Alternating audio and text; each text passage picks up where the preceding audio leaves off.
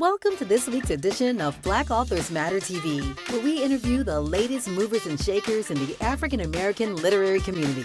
You'll meet some old friends, discover new ones, and stay abreast of the latest book developments around the country and even the world. So sit back and relax for the next 2 hours with Black Authors Matter TV co-hosts Gwen Richardson and Dr. Rhonda Lawson.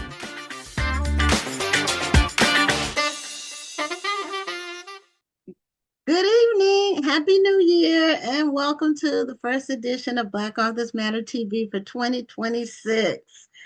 I can't believe we went through a whole year so fast, but at any rate, we're here and we have a great lineup for tonight for the whole month. We've already gotten the whole month booked almost.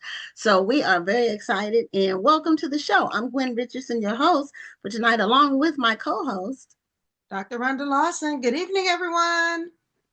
And we're going to be talking about a few special things, but I'm going to save that until after this first interview.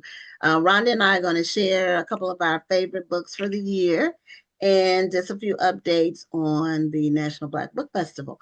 But we're going to get started right away with our first guest, and her name is Erin Crosby Eckstine, and she is a historical fiction author. She is setting the literary world on fire with her book. And as a matter of fact, I bought my own copy because guess what? This is historical fiction, which is my favorite genre. So once I find out there's a book out that's good, I get a lot of feedback about it. In fact, I saw it on somebody's favorite books today on social media, their favorite books for last year. They had this as one. So, Erin, welcome to Black Authors Matter TV. Thank you so much for having me. I'm so happy to be here. You're welcome. And I believe is this your debut novel? It is, yeah. This is my debut. That's what I thought. And that's great that your debut has a little stamp on it, a seal that says Good Morning America Book Club. Yes. That is not common. There's a seal right on there. Oh, well. There is. I've been so excited to get to be a part of the Good Morning America Book Club this past year. I got to do like the big announcement and everything when Junie came out last February, and it's just been such a cool experience to be in the book club with so many other like amazing authors. And it was nerve-wracking because I had to go on national news, and that is scary. Other than that, it's been such a cool experience, and I'm so glad that Junie got picked for that. Okay, before we get into the book, tell us a little bit about what happens when your book is picked for the Good Morning America Book Club. Oh, okay. So this is actually kind of wild, but you find out a year in advance. So all those big book clubs, you find out a year in advance if your book is picked for most of them. So basically, I was like out living my life. I think I was like at a ceramics class and I got a call from my agent and she was like, "Hey, you need to get on the phone right now." And so I had to run home and I got on a call with someone who was head of publicity at Random House, which is where my book is published, who I'd yet to meet because it was still so early in my entire process of my book. And they told me, they were like, "Hey, you got picked for Good Morning America," which was incredible and, such a great experience. But it's also really funny because you find out a year in advance and then you have to keep it a secret for a year. So you're not allowed to tell anyone. You're supposed to tell as like few people as humanly possible. In your life. Obviously, like I told my husband and I told my parents and like it's like that. I'm like pretty certain my dad told people when he wasn't supposed to. Yeah. I like would put money on the fact that my dad, I think, probably said some stuff he wasn't supposed to, but I had to like really keep it on lock for like a year. Because yeah, it's supposed to be a secret. It's wild. So I basically spent a year knowing that I was going to be going on Good Morning America. And not being able to say or do anything about it and just being like, "Oh, in a year I have to go on national news." That's a long time to keep a big secret. The same thing happens on reality shows. Yes, it is. It's like that too. Where's the selection process and people get eliminated, but it's taped, so they can't tell anybody. They're not supposed to say anything. Right. Exactly. Yeah, it's a lot like that process. On a reality show, and we still have not been able to tell anybody how he did on the show. We're we're still people have stopped asking because we just haven't been able to say anything. Yeah, it's a real Oh, thing. I know, like, I've heard about, the show Love is Blind. I don't know if anybody else has watched Love is Blind, but on yes, Love is I Blind, watched the first these season. people get married and can't tell anyone for Right. like 18 months after they get married until the show airs. So they have to like Oh, hide that they're married. It's wild.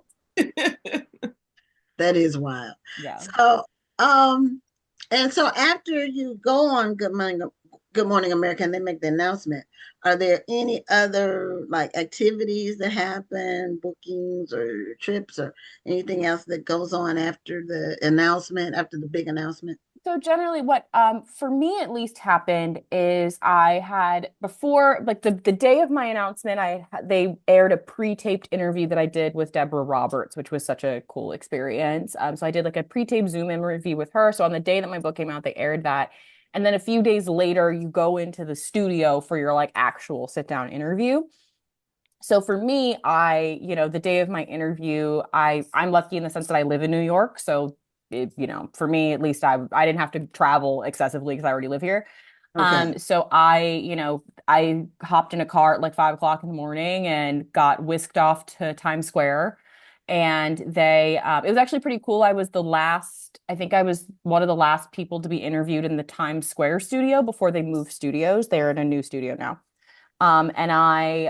So they whisk you off, they take you there, they tell you a little bit about stuff. You spend a bunch of time in hair and makeup, a whole bunch of time in makeup. And then once my makeup was done, they were like, okay, off you go. And they just like bring you on stage and, everything is like boom, boom, boom, boom, boom between all these segments. So right before me were like a bunch of like Boy Scouts.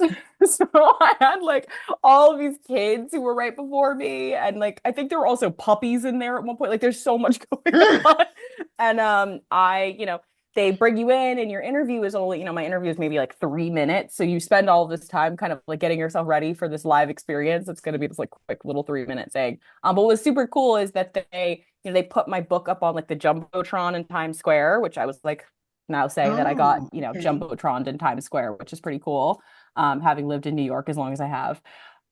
So it was a really great experience. So that's generally your sort of most immediate stuff is you have this interview, and then after that you end up, you do a little bit of stuff on social media. I ended up doing like an Instagram live with Deborah Roberts a little bit after, and you kind of get into some things like that. Your book pops up at a lot of little free libraries around the country, which is pretty cool. And it just also ends up being just a really great way for a lot of readers to just discover your book in a way that they might not otherwise. So it's just a really great experience. Well, they say that success is never an accident. Mhm. So I say all of that to say that this is your debut novel. And not only is this your debut novel, but you've been able to secure an agent, you have a major publishing house, and then you've been able to secure Good Morning America, um, the Good Morning America book club. So it seems that you were very intentional about how you wanted to go about getting your book published. So what was the thought process in just from concept to actually getting your book published? Because I'm sure none of this was an accident for you. I think, thank you. I really appreciate that. It's a combination, my dad always loves to tell me the quote of that's like, like 90% of success is just showing up. My dad's a big fan of that quote. And I think, a lot of it with book success is to some extent been that. Junie is loosely based on a family story of mine, from my grandmother's side of the family in Alabama. I was born in Alabama, and my entire like maternal family is from Alabama. My grandmother had told me the story of my ancestor, my grandmother's grandmother's grandmother, who was enslaved in Lowndes County, Alabama. And there's this like, really elaborate family story that goes along with it. And I was really inspired by that story to write this, that story ended up evolving into Junie. And honestly, in terms of the representation part of it and all of that, initially, when I started the book, I really was just trying to, it was a project that I was excited about. It was something that I felt very connected to my family. I was like extremely close with my grandparents, and my grandmother had always wanted to write a book and she'd never really gotten around to it. So in some ways it felt like it was something I could do that was sort of like connected to what she wanted and our relationship and all these different things.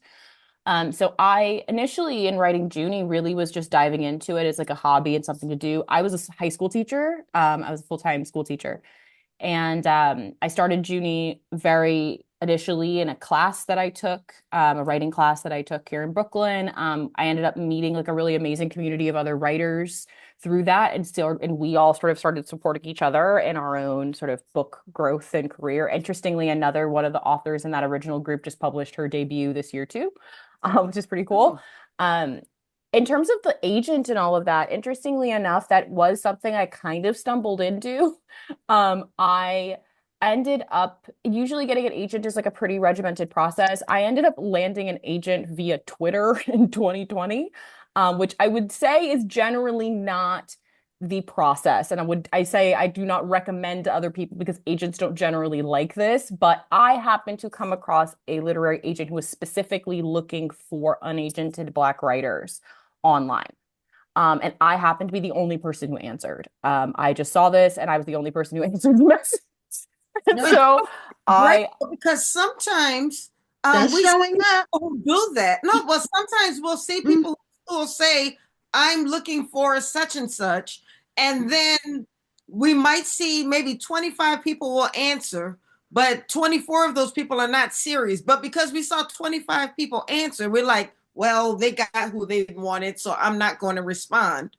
But we didn't know that 24 of those people weren't serious. Exactly. So we talked ourselves out of something. So it's good that you responded because you just never know. That was really what it came down to. Exactly. I really just didn't know. And at the time, Junie wasn't finished. It was still a work in progress. I really was reaching out to this person more so for, frankly, like feedback than anything and just trying to kind of move this process along. And it ended up being that I connected with this incredible agent, Michelle Brower.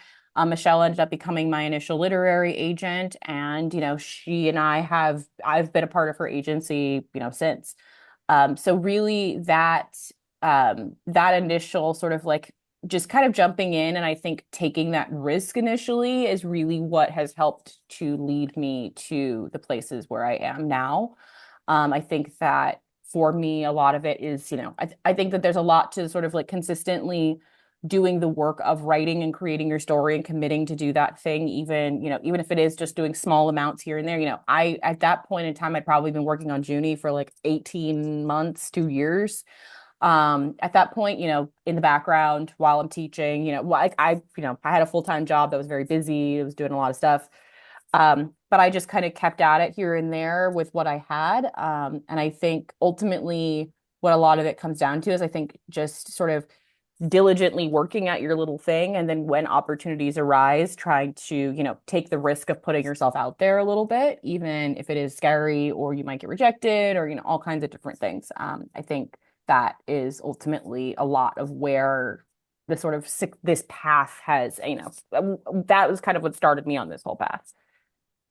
Well, that's part of the showing up when you responded to that agent's tweet. That's one of those things where it's almost like a miracle, but you just never know where your opportunity is going to come from. Exactly. Yeah. And I think it's like there are a lot of, miracles like that out there, but I think a lot of, for a miracle to work, you kind of have to be ready for the miracle. Right. Because it's about faith. Faith without works is dead. So you can have all the faith in the world, but if you don't have some action to go with it, then so you could sit and say, well, I really want to write a book, and then you never get on your laptop or whatever. Yeah, it's like you gotta put the words down at some point. Yeah, the book is not going to write itself. I love what you said, Erin. If you want a miracle to happen, you have to be ready for the miracle. Because Gwen, what if you think you're putting in the work, you're doing all of the writing, but you're not showing any progress. You're writing, but your writing hasn't gotten any better. You know what I mean? So you still have to put in the work. You still have to put in the progress. You still have to start getting, get better, get that feedback. Like you said, you only reached out to this agent to get feedback, to see if what you were doing was even on the right track. And it just wound up being that not only did you get feedback, but you got a book deal out of it. Yeah, exactly. It just ended up being like a much better situation than I ever And you could anticipated. imagine. Exactly. And Now, I think, that's very much, the truth. And I think so much of it too, with writing in particular, is I think like learning to accept being bad. I think so many people are really, I also teach writing in addition to writing myself. And I think a lot of the writers I come across are so scared of not being good at writing and having to struggle through the process of not being very good. And the thing I always try to remind my students of is very much that like every single book that's ever landed on a shelf, that's ever anywhere, every book that you've ever loved was at one point like a really terrible first draft. Like every book is bad initially. All first drafts are usually sloppy and messy and confusing, and it takes people learning the skill of writing, editing, understanding their stories, getting feedback. It's a process. And I think what holds back so many people is that fear of like, oh, I'm not going to be good enough. I'm not good enough at this thing. Oh, this thing is terrible. But it's in reality, it's like everyone's kind of bad at it initially, certainly. And then pretty much always, every project kind of starts bad. It eventually comes together over years of time and effort and reading and, collaboration, all these different things. So I often think too, it's like learning to persevere a little bit through being bad is helpful. yeah, and Um, fear of rejection is a real thing. Very much so. Yeah, very much so. I often say, I think the biggest thing that helped me overcome a lot of my fear of rejection, because I was for most of my life terrified to share my writing with anyone. I was, really, really nervous about it. I didn't want anyone to read the stuff I read really, even if I did, anything I wrote, I was generally hiding, not finishing, and really not sharing with anyone. And I often say that I think the thing that helped me overcome that more than anything was my first year of teaching. I taught sixth grade, my first year of teaching, and I came to the end of that school year and was like, if I could survive a year of teaching The these sixth sixth graders, graders. I don't know why I'm acting like I'm scared of other things. Like, if I could deal with the thing that I dealt with on a daily basis, for this year, why am I afraid to go sit with a bunch of other adults in a writing class? Like that is ridiculous. And I think sometimes that, at least for me, was a lot of what put it into perspective. I was like, I just spent a year dealing with children, like trying to light fires in my classroom. I really have to move. I gotta do this thing. This is nothing compared to that. Love that. Yeah. Now, is Junie the name of the main character? Yes. So And in it was Junie a real person's name, or is that a Junie name is that was Junie's a made up name. That is not the real character. So okay? in terms of the background for the story, that Junie focuses on a 16-year-old enslaved girl on a plantation in Alabama. She is grieving the recent loss of her sister, and she currently is in a situation on the plantation where she serves as maid to the plantation owner's daughter, who is about her same age, and they have grown up together and sort of have like a something akin to a friendship. Um, but in this situation, Junie is also her maid, so obviously this is a not exactly a friendship. Um, and at the same time, news comes in that there's a potential that Violet, the plantation owner's daughter, is going to be married off. And Junie comes to realize that because of her position as Violet's enslaved maid, that if Violet were to get married, Junie would be ripped away from her home and sent wherever Violet goes. So Junie ends up committing a desperate act that ends up rousing her sister's ghost from the grave by accident. And that leads Junie onto this sort of larger coming of age, loss of innocence kind of journey, unearthing a lot of the secrets of this plantation that she has, literally never left in her entire life. So that's really the arc of the story. And Junie, like I said, is loosely based on a family story of mine. It's based on an ancestor of mine that we call my grandma Jane. So Jane became Junie. But my grandma Jane, without getting into extreme details, because some of them are spoilers for the book, my grandma Jane ended up becoming a founder of the town that my family still literally lives in Alabama. It's like a blink and you miss it town in Alabama, but she did. She ended up becoming this, really incredible figure who really carved like a life for herself and ended up like becoming one of the sort of central figures in this initial all Black community in Alabama that like continues to exist in many ways. And a lot of her decisions and actions are what ultimately sort of like shaped the fortunes of her descendants, me, for, you know, century to come after. So a lot of that was what initially inspired the story. But what I often thought about was I wanted to focus on what we didn't really know about my ancestor, which is that we didn't really know anything about her time when she was enslaved. We had like no, you know, as you know, that's like a big, historically, that's just like a wall. Like you just Yeah. really don't know what happened to people during that time. The fact that I can even frankly like pretty clearly trace an ancestor to like a time and a relative place is like pretty uncommon. So I think that I really use the historical fiction here to want to like explore, okay, well, like what was this person's life potentially like prior to what we do know about her? And in addition to that, you know, add in some sprinkles of magical realism and some other themes that I was just like interested in. You know, just the storyline that you talked about is so reminiscent of so many families. It's sort of like African Americana, I'll Mhm. say. We all have some kind of story about a grandmother, or great grandmother, or great great grandmother, or someone. On my mother's side, they were able to trace back to the last slave. So we can do 7 generations on that side. Yeah. They kept pretty good records and all of that. And they were having a family reunion for a long time, for 50 years. And then that next generation kind of let it fall off. But my dad's side, we get very little information. So it's just it varies from family to family. But the the bits and pieces that people get is like folklore, Exactly. about your Yeah. family, you That's know. really what it ended up being is a lot like it became more like folklore. And with these stories, you know, my grandmother was very much like our family storyteller. She was really the person who maintained the family lore, is the way I like to describe it. She herself was like, I think a lot of the reason that I know this story happens to be because, you know, this was my grandmother's this is a lot of generations back for me. Mm-hmm. But my grandmother was raised, I was in large part raised by my grandmother. My grandmother was raised by her grandmother, and then that grandmother was raised by this grandmother. So you can Oh, see there's like a yeah. long trajectory of interconnected grandmas. Mm-hmm. And and as a result, my grandmother knew all of her grandmother's stories. So it became this sort of way of maintaining things that my grandmother would routinely tell all of this family lore, whether it would be her own generation, the one before her, her grandma. Like she knew everything and just kind of kept this like constant storytelling, you know, going on throughout my life.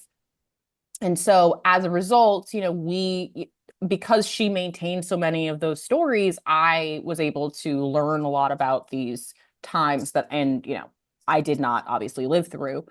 And, you know, my grandmother was such a passionate storyteller. My grandmother loved to read. My grandmother was also a teacher. And you know, she and I were extremely close. And really was the person who I think more than anyone probably made me really love to read and like love books and really care about storytelling. And so I think in a large part, this whole book was very much connected to the relationship that I had to her and sort of that initial story that she told me, and as well as in so many ways, a lot of the other stories that sort of infiltrate into this and sort of the general folklore and the sort of like, you know, picture of Alabama that often formed through her own stories, mixed with, of course, like my own you know, conceptions of Alabama. I was born there and I lived there on and off till I was about 8. And my grandparents lived there until they passed away. So like I visited all the time. Okay. So you know, this book is very much set in the region of Alabama where more or less the region of Alabama where I'm from. So it is quite like connected to my own sort of like family and family lore. This is the Oh, importance of what I call sitting at our ancestors' feet. So I've always said that I would love to sit. I've always loved sitting at my mother's feet, at my grandmother's feet, at my great aunt's feet, and listening to those stories. And there are certain stories that, because I sat and listened, I'm one of the few people in the family who knows certain stories. Exactly. Yeah. And because you sat and you didn't just sit there like, oh, I got to hear this again. You actually sat and listened. You were able to carry those stories over, and now you're able to encapsulate them into this book. Exactly. So I hope that more young people are taking these stories and holding them in their hearts, and they're taking the times that they have with their elders and actually valuing those times, because those moments are not going to last forever. Yeah, they certainly do not last forever. And I do think that it is very important to, yeah, to value them. And I think my grandmother herself also sat, like I said, she really sat with the stories of her elders. She often said, she used to tell me that like part of the reason that she knew so many family stories, honestly, because she was just eavesdropping on people. Her bedroom when she was a kid was off the kitchen. And she told me her bedroom was off the kitchen, so she used to pretend to be asleep, but would really just be listening to all the adults talking. My grandmother was a trip her whole life, but she, one of her favorite things to do was she would just sit up pretending to be asleep and would just eavesdrop on people. And so she knew all of the stories because she was just listening to stuff she didn't have any business listening to. Um, and that was what she pretty much was doing. So a lot of family stories she knew because she was doing that. But I think that was also part of it, that she was, she was really interested in hearing all of the stories and the storytelling and knowing all the information, and then also cared about maintaining it her whole life. My grandma's memory didn't never slipped, so she knew all that stuff like that forever. And that was, yeah.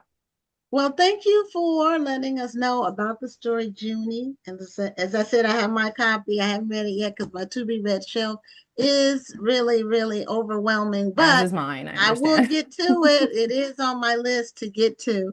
And it's available wherever books are sold. Is the It is. paperback coming out soon? Yes, the paperback comes out next month. Okay, that's So what I in thought. Normally one it's a month year from later. today, you can get the Okay. paperback. So if you do not want to lug around a heavy hardcover, wait a month. Paperback. All right. Well, thank you so much for being a guest on the show. Congratulations Thank on you the so much for having me. This was such a great time. yeah, your Thanks for debut being novel. This here. is Best amazing. wishes to you. Yes, you too. Happy New Year. Bye. Bye Bye-bye. bye. Okay, so before our next interview, we're going to just chat a little bit about what our favorite, one or two of our favorite books from last year that we read. And I was looking for my copies of my books, and then I realized I gave them to my sister when she came to visit, so I don't have the copies anymore. But I did pull it up on one of them up on my iPad, and I would say I had two for this year or last year. Mr. Jimmy from Around the Way, and I don't know if people can see it. I don't know. It's Also, we probably. have a book in common. I like that one too. Oh, okay. Wow. It was amazing. Excellent book. He was a guest on the show. His name is Jeffrey Blunt. And I don't, yeah, there, maybe you can see it there. But amazing storytelling. Just an incredible book. And my sister loved it too after she read it. So that was one of so we both had shared that one in common. That's something. And my other one that I would say for uh, for last year is The Filling Station I didn't read by the station yet. Vanessa Miller. And I need to pull it up so people can see the cover. The Filling Station. Um, yeah, there we go. Should come up right here. It was it's done very well. It's historical fiction. The other one is just like contemporary fiction, but this one's historical fiction. And it's based on the Tulsa race riots and an actual filling station that people sought refuge. And it was kind of a core within the Black community there in Tulsa. And she did an excellent job of telling that story, fictionalizing it with characters, but she did an excellent job of telling that story. Do you have another one you want to share, Rhonda? Oh yeah, well, there were a few of them that I really enjoyed.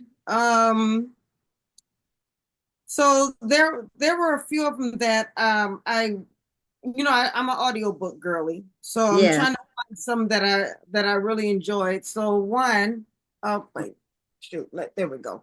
Okay. So Miracle at St. Anna, Oh, James by James McBride. McBride. Yeah. Okay.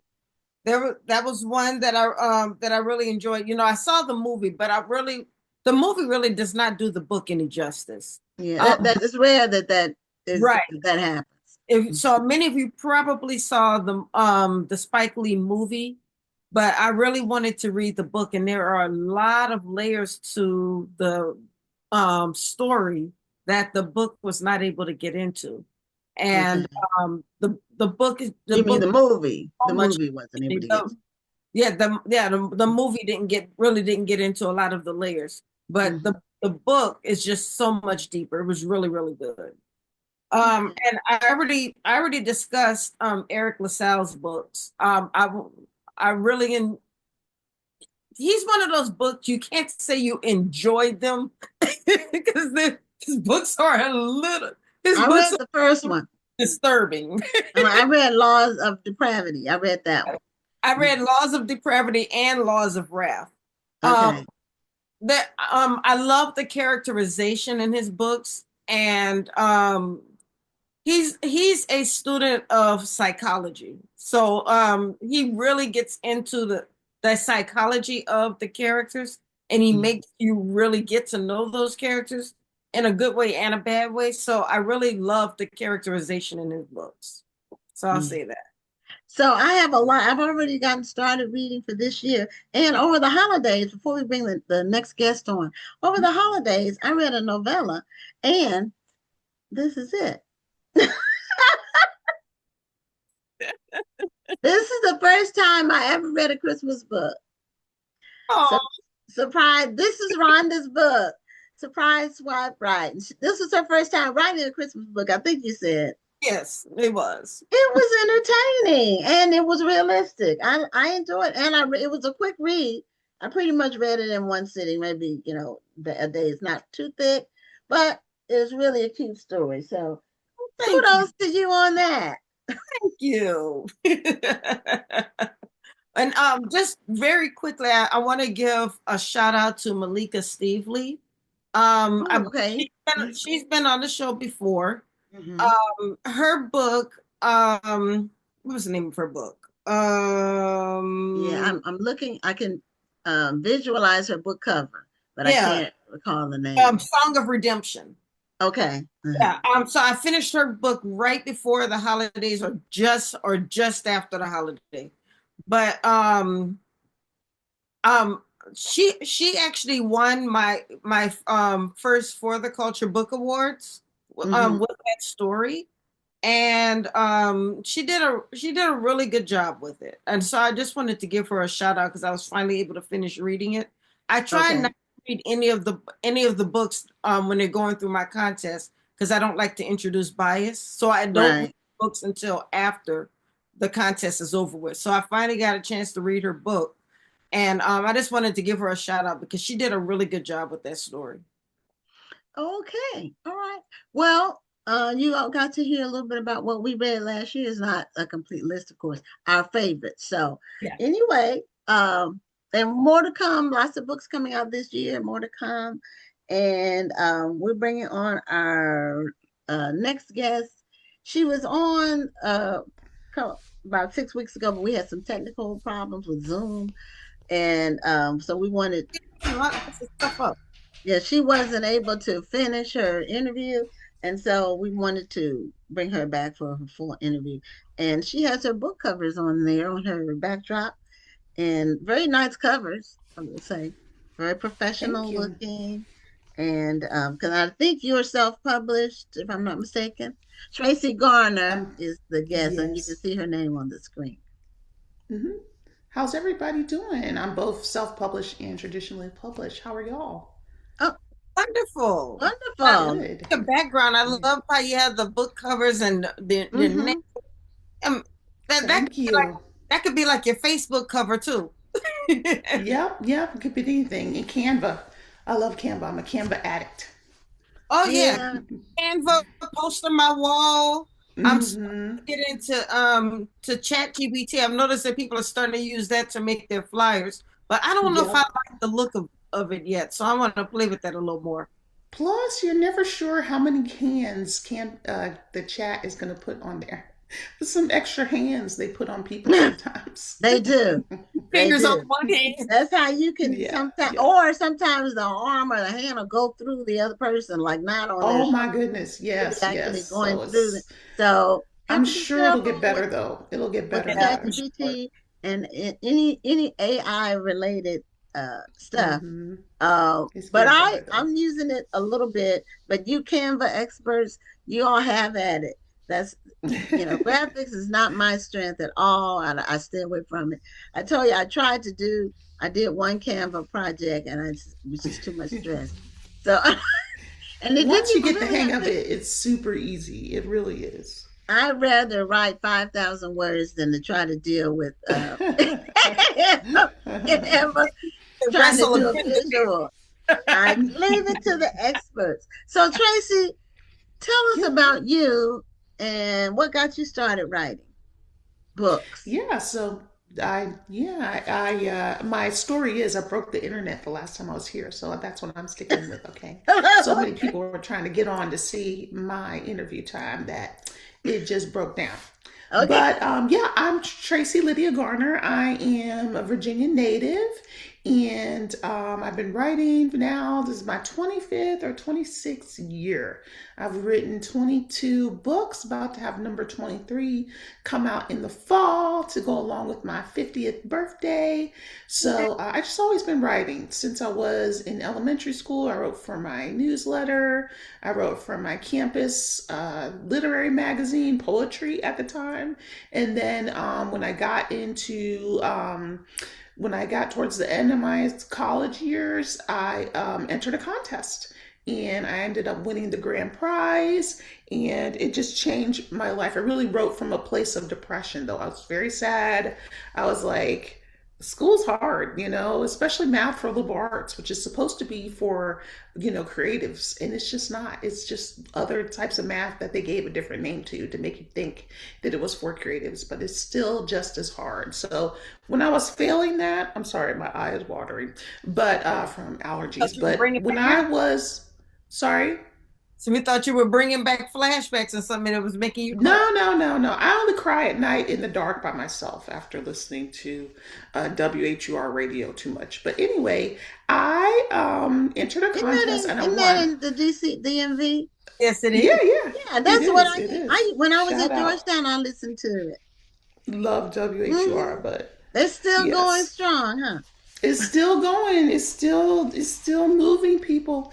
But yeah, that's my jam. I love radio and music period. But what I was saying is that yeah, I entered a contest and I won a grand prize, a trip to New York and a $500 advance, and of course publication in the book. And I entered two more books that got contracted with the house at the time. It was BET Books.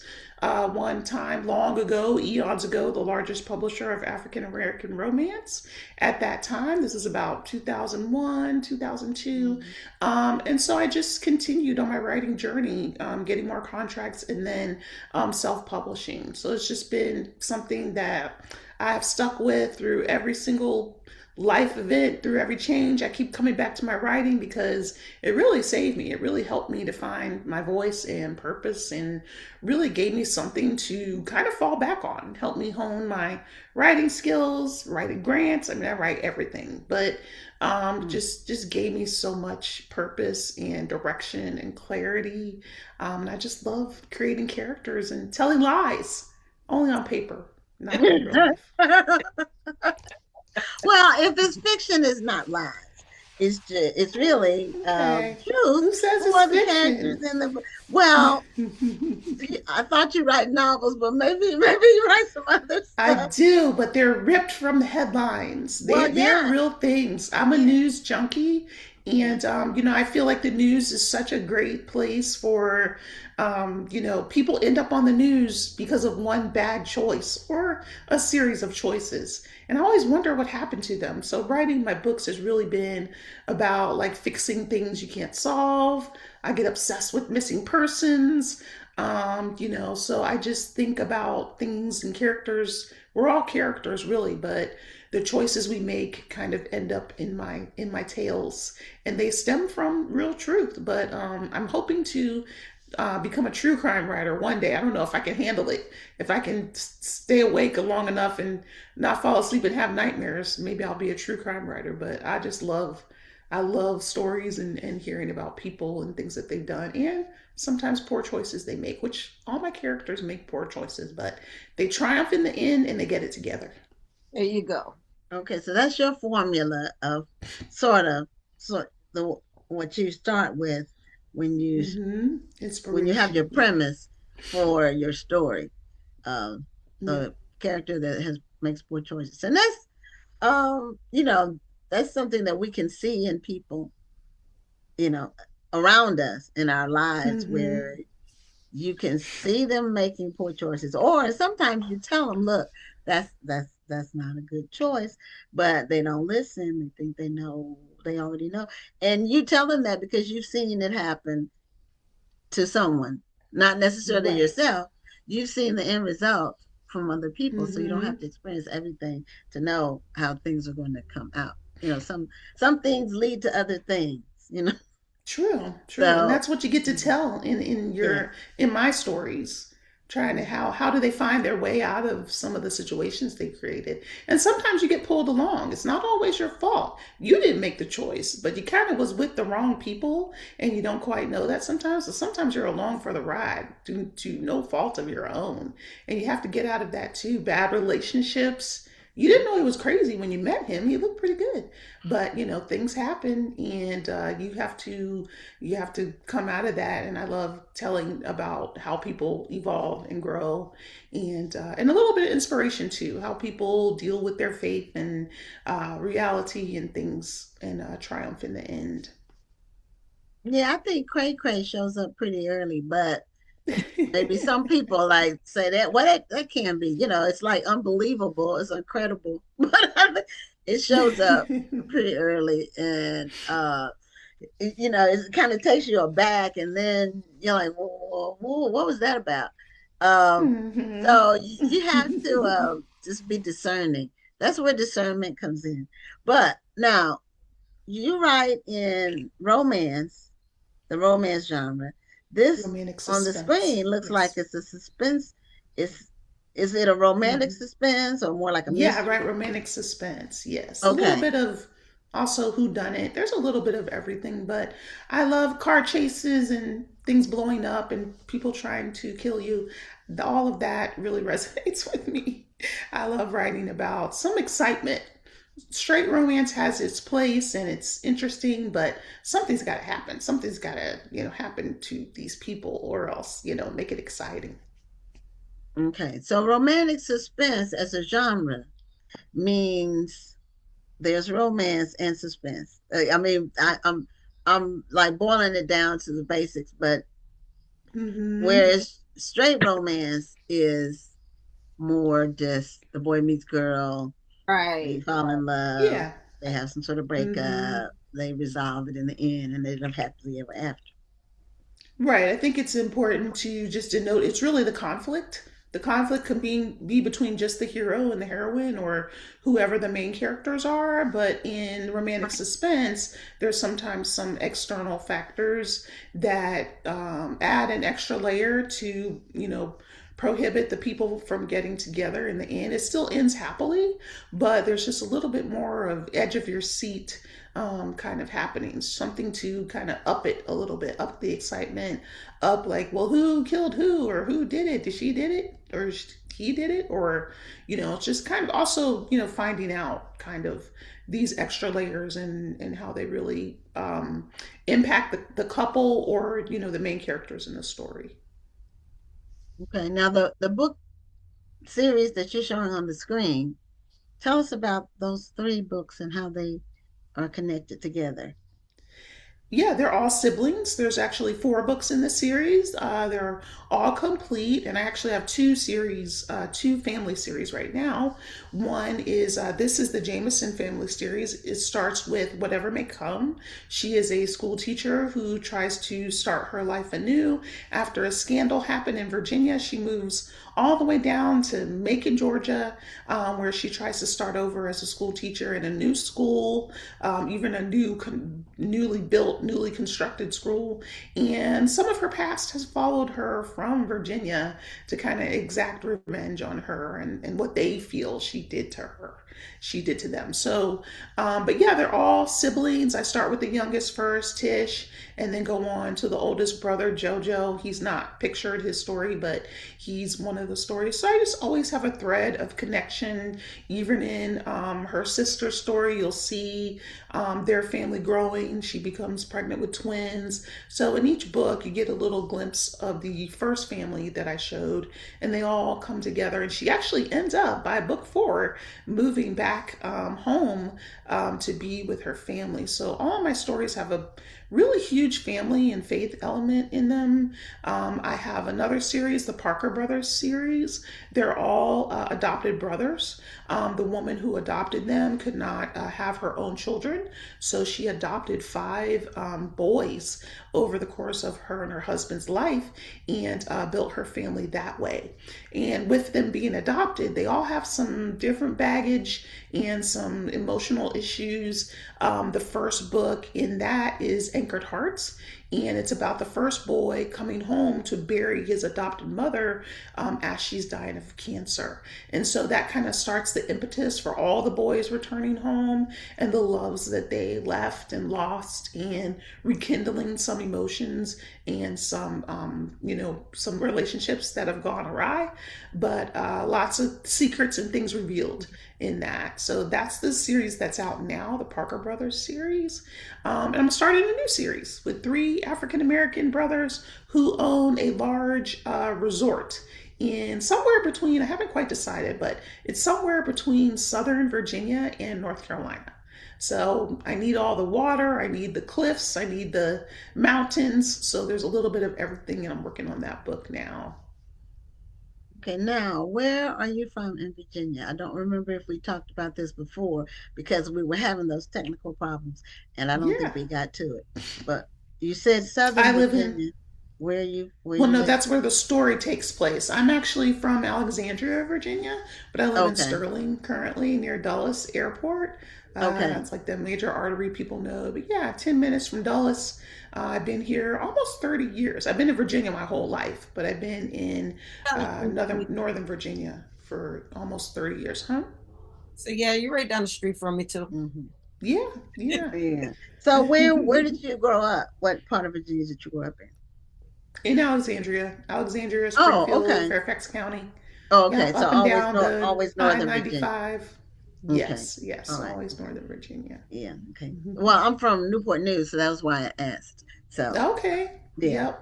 Yep. that's I've been to that's Newport News. near The resort Louisville. in my book is probably past like Danville, I think, down there, almost across to the border, because it kind of borders Virginia and North Carolina, wherever that sweet spot is to get all that. So I haven't quite decided, but I need to study some maps so I can write about it accurately. Oh, that always helps. Now, on all of your books, the storylines or the settings in Virginia? Mostly Virginia, just because um, one thing is like getting it wrong. The reviewers will be like, that doesn't exist in Virginia. They love to tell you all these things. Well, did you enjoy the book? Yes, but there were some discrepancies. So I kind of stick to what I know and, want to avoid that. Another reason why I don't write historicals. What did you say, Dr. Rhonda? I said Virginia love to point out the discrepancy. Yes, yes, reviewers especially, they can be notorious, but we love them. A lot of them, the majority of them have wonderful things to say. There's always a couple, others who have a little too much time on their hands. But for the most part, it's been great reviews. And But yeah, I love talking about, I mean, there's so much scandal in the DC metro area. There's just so much material. So, I mean, that's the other thing. And I do think about branching out. I would love to write about settings in other countries, but again, it's just, there's so much here. It's rich. It's really rich everywhere. You're really only limited by your imagination of what you want to tell. But yeah, so Virginia's been it, but also southern states and other things that I've traveled to, and been overseas to once, and just haven't really branched out because there's just enough. And I actually don't focus a lot on setting in my story. It's always a city setting because there's just a lot to work with. But except for Macon, Georgia, there was a small town that I actually got the newspaper from locally, and a nurse wrote me from Macon, Georgia, saying nobody ever talks about our town. I was like, well, great. So that was kind of fun. So yeah, I should definitely branch out and write about more places. But this is where it's at. The DMV, as far as I'm concerned, there's always something to write about. So I got there's all lots kinds of material. action and activity there,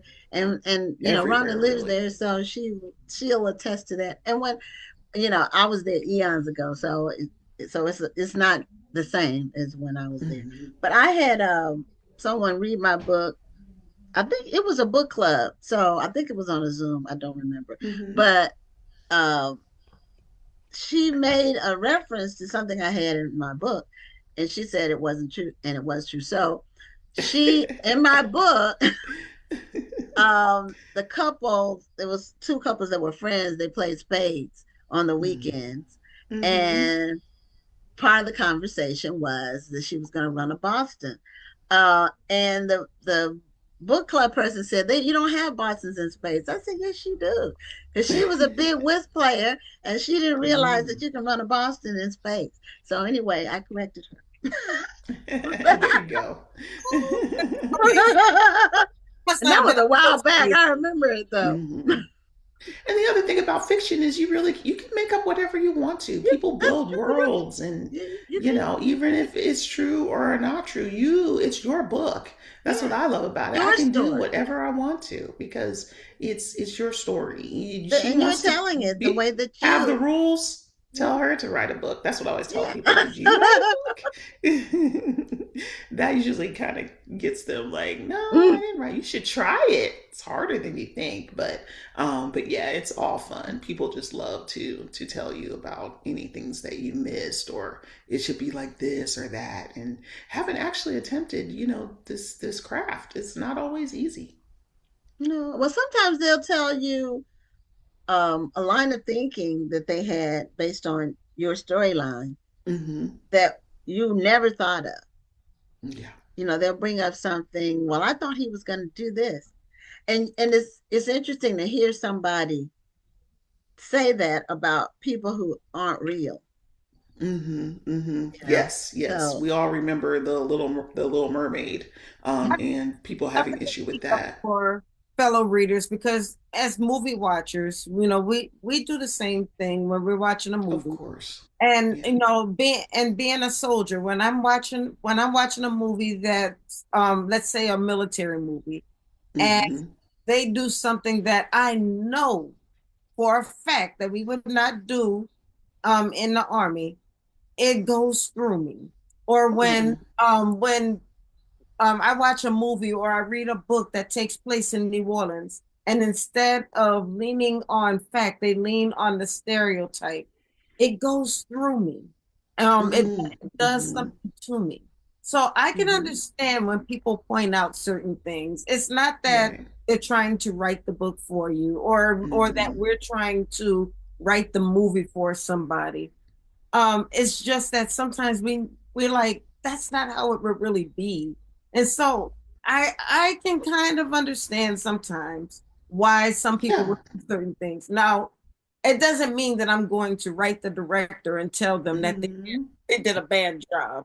Or I'm not going, it's not going to bother me so much that I'm going to write the author and tell them that, there's no such thing as a Boston and a spades game. It's not going to bother me that much. But I'm just saying, I think we're all guilty of it to a certain degree. That's Mhm. Absolutely. Everybody has an opinion. And honestly, I want that. I want the feedback. I want it to be discussion. There's just some people who can take it a little too far. But for everyone else, you want them to have some kind of emotional reaction. You want them to, discuss with you, why'd you do that? Why'd you do that to the character? Oh, I wish you had a killed him off, or I wish he had a lived. And it's all good because that means you read it and you had any response at all. And that's always good. It's always good for people to have a response, both good and bad. I take everything, in and under consideration. So I like it when people take time because a lot of people don't realize how solitary and sometimes lonely writing is. And so to Absolutely. get feedback from somebody who read your book or took the time, whether they liked it or hated it, I'm still happy over both of those reactions because you took the time out and you spent your money on the book and whatever you had, that's good. That's a good discussion. Let's talk about it, and it just provides something for us to have discourse about. So I like that. It doesn't deter me. I'm still going to, and the other thing is that some authors after one book or two books they kind of throw in the towel. And so I'm dedicated to I've written 22 books. Like I'm obviously here for the long haul. Nothing will deter me from writing my books. I can have all the bad reviews in the world. I write for me because I love it and it just brings me joy. So whatever anybody can say won't deter me. But the people that are deterred are the ones who aren't committed, or they had a bad book, or they thought they'd be rich instantaneously after one hit. And it just doesn't work that way. You have to really be dedicated to the craft and to taking all good and bad things that go along with that. Mm-hmm. Yeah, and people have to realize when you're a writer and you write books that your work outlives you. Mm-hmm. It does. Like, yeah, I could get a book deal, posthumously. I would hate that. I would be sad, but my family would be happy and taken care of, right? Get picked up on Netflix. But yeah, it happens all the time. So many writers died and didn't become famous until after they died.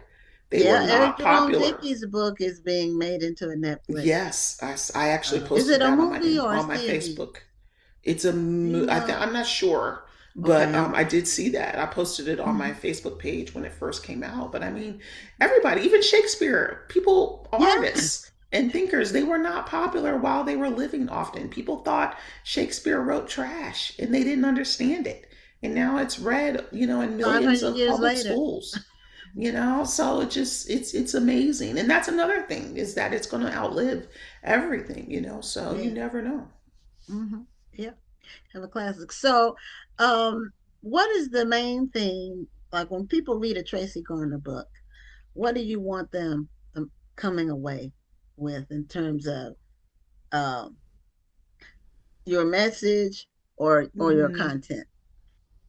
Yeah, I just want them to be uplifted to see that, my characters made mistakes just like they might have made in their own life and to be uplifted and inspired and have faith. I talk about God very subtly in my books, but it's there, to be to either draw, nearer to their relationship with God and see people having trouble with their faith and maybe some of them out there in the world doing wrong. One of the brothers, the reason why there's only 4 books for 5 adopted brothers is because one of them goes to jail. Now I'm not writing a book about him, but you see how 4 of them made it and became really upstanding and successful African American men, and you see one who was led astray and was actually severely injured in jail in the book 4.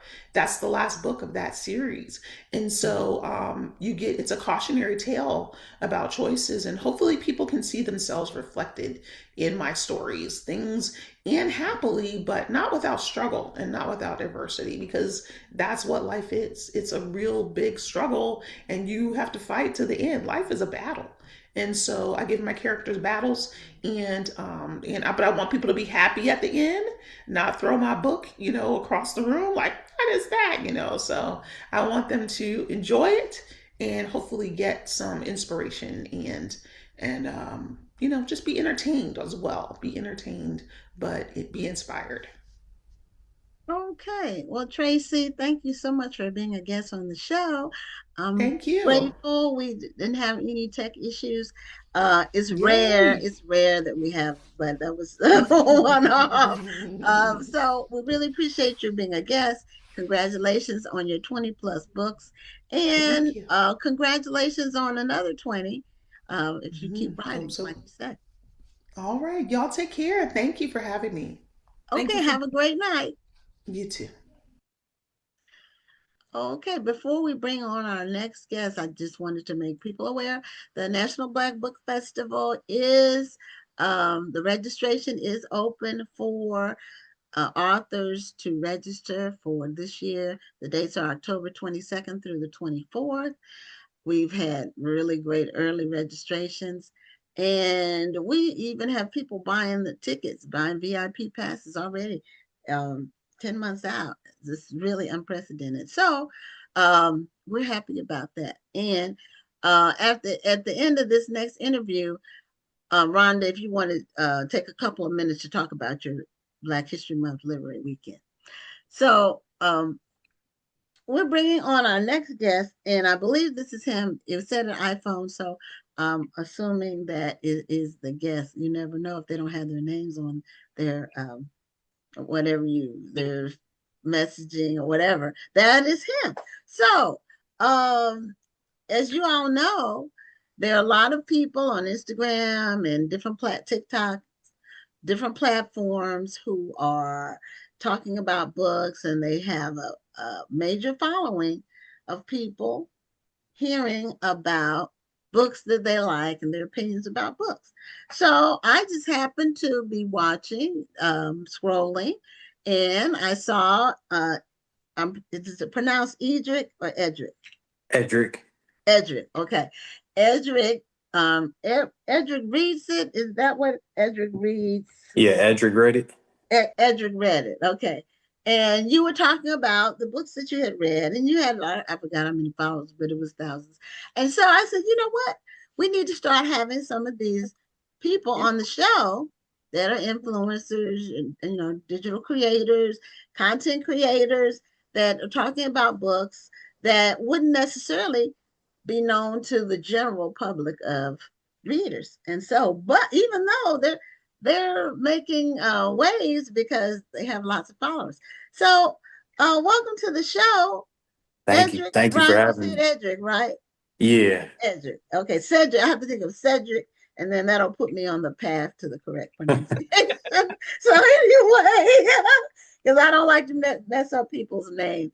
Um, as someone who has a difficult name to pronounce, not Gwen, but my whole name, I really respect people's names. So, tell us how you got into what made you create your page and talk about what you've read. What like led you to do that? So I've always loved reading. Um, I went through a lot of like different stages in my life where like I read a lot of nonfiction, and things like that. But about 2 to 3 years ago, I challenged myself to read more fiction, and I really fell in love with fiction. And really, I was going through a life change. I was selling a home and going through a divorce, and was just like, hey, like, let me try something new and just kind of like try to find a community of people to like talk about these books that I'm enjoying with, and started posting online about it, and it just kind of grew from there. But I enjoy reading romance, sci-fi, fantasy, thrillers. So pretty much everything except for horror. I'm a scaredy cat, so I don't read horror. But other than Okay. that, yeah. Now, how long have you been doing this in terms of letting people know what you're reading and I guess getting the feedback on what you posted? So just under a year. I started the end of January last year posting in Okay. general. Okay. Like prior to that, like I knew about like book talk a little bit, but Mhm. I had never posted or anything like that. Um, and honestly, I was kind of intimidated. Like I just kind of felt like I'm just starting to get into this fiction space. Like, why would people care what I think of it? You know. Mhm. Um, but I think it just kind of grew into something more so like less about like people caring what I have to say, but more so just like experiencing the books together. Okay, so do you actually talk about it and get feedback? Is it an interactive presentation that you do? Yeah, so like I do two primary things. So basically, I think what kind of helped my page grow and what I tend to do is I'm not a very fast reader. So what I do is I do reaction videos to different chapters throughout the book, like as I'm reading it, Oh, so that okay. I'm not spoiling it, but it kind of like gives people a sense of like he likes this, so maybe I would like to read it, you know? And Mhm. then once I get to the end of the book, I do the actual like book review where I talk about like what I enjoyed about it, and I try to do that as spoiler free as well. Um, and as far as that, yeah, like I just do the review and then just kind of discuss amongst um the comments and things like that with what people liked, what people didn't like, and things like that. Yeah.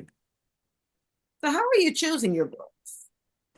Honestly, it started off with I started off with A Nightingale by Kristen Hanna um, on Book Talk, and then people just started recommending different books from different genres and things like that.